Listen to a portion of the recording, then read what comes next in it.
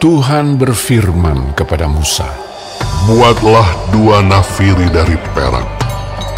Dari perak tempaan harus kau buat itu, supaya dipergunakan untuk memanggil umat Israel dan untuk menyuruh laskar-laskarnya berangkat.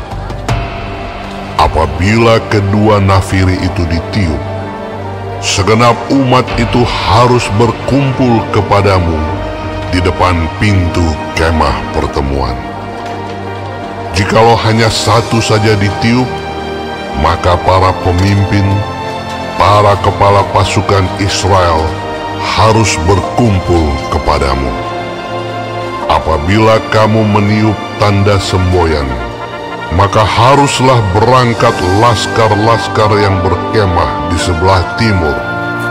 Apabila kamu meniup tanda semboyan kedua kalinya, maka haruslah berangkat laskar-laskar yang berkemah di sebelah selatan. Jadi, tanda semboyan harus ditiup untuk menyuruh mereka berangkat. Tetapi untuk menyuruh jemaah itu berkumpul, kamu harus meniup saja tanpa memberi tanda semboyan. Nafiri-nafiri itu harus ditiup oleh anak-anak Imam Harun. Itulah yang harus menjadi ketetapan untuk selama-lamanya bagimu turun-temurun.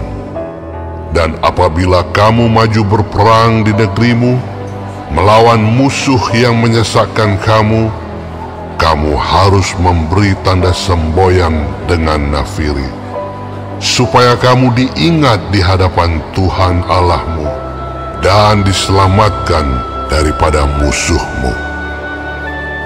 Juga pada hari-hari kamu bersukaria, pada perayaan-perayaanmu, dan pada bulan-bulan barumu, haruslah kamu meniup nafiri itu pada waktu mempersembahkan korban-korban bakaranmu dan korban-korban keselamatanmu.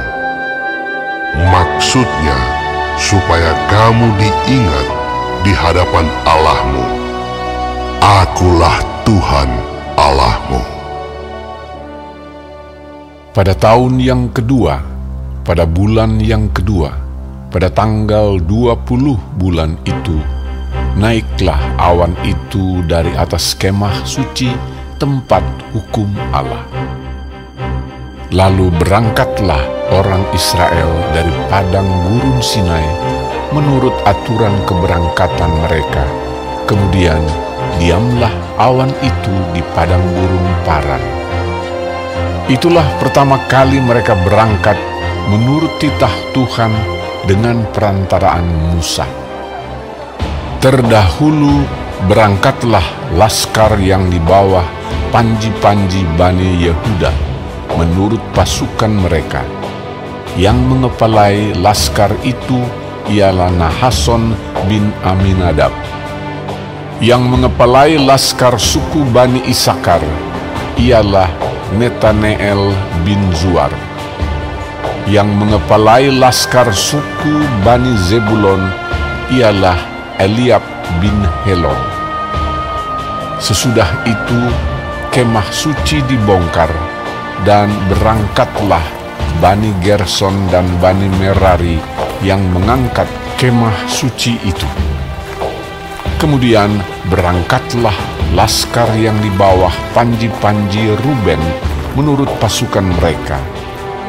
Yang mengepalai laskar itu ialah Elizur bin Jedeur. Yang mengepalai laskar suku Bani Simeon ialah Selumiel bin Zurisyadai. Yang mengepalai laskar suku Bani Gad ialah Eliasaf bin Rehuel. Sesudah itu berangkatlah orang Kehat yang mengangkat barang-barang tempat kudus. Kemah suci sudah dipasang sebelum mereka datang. Kemudian berangkatlah laskar yang di bawah panji-panji Bani Efraim menurut pasukan mereka. Yang mengepalai laskar itu ialah Elisama bin Amihud. Yang mengepalai laskar suku Bani Manasye ialah Gamaliel bin Pedazur.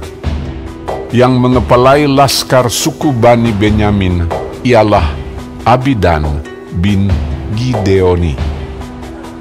Sebagai barisan penutup semua laskar itu, berangkatlah laskar yang di bawah panji-panji Bani Dan menurut pasukan mereka. Yang mengepalai laskar itu ialah Ahiezer bin Amishadai. Yang mengepalai laskar suku Bani Asher ialah Pagiel bin Okran.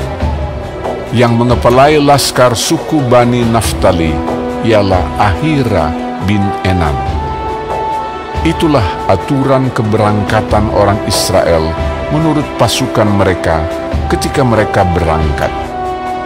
Lalu berkatalah Musa kepada Hobab, anak Rehuel, orang Midian, mertua Musa. Kami berangkat ke tempat yang dimaksud Tuhan ketika Ia berfirman, "Aku akan memberikannya kepadamu." Sebab itu ikutlah bersama-sama dengan kami, maka kami akan berbuat baik kepadamu. Sebab Tuhan telah menjanjikan yang baik tentang Israel.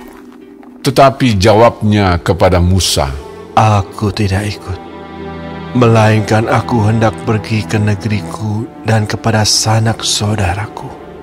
Kata Musa, "Janganlah kiranya tinggalkan kami, sebab Engkaulah yang tahu bagaimana kami berkemah di padang gurun. Maka Engkau dapat menjadi penunjuk jalan bagi kami. Jika Engkau ikut bersama-sama dengan kami, maka kebaikan yang akan dilakukan Tuhan kepada kami akan kami lakukan juga kepadamu." Lalu berangkatlah mereka dari gunung Tuhan dan berjalan 3 hari perjalanan jauhnya, sedang tabut perjanjian Tuhan berangkat di depan mereka dan berjalan 3 hari perjalanan jauhnya untuk mencari tempat perhentian bagi mereka.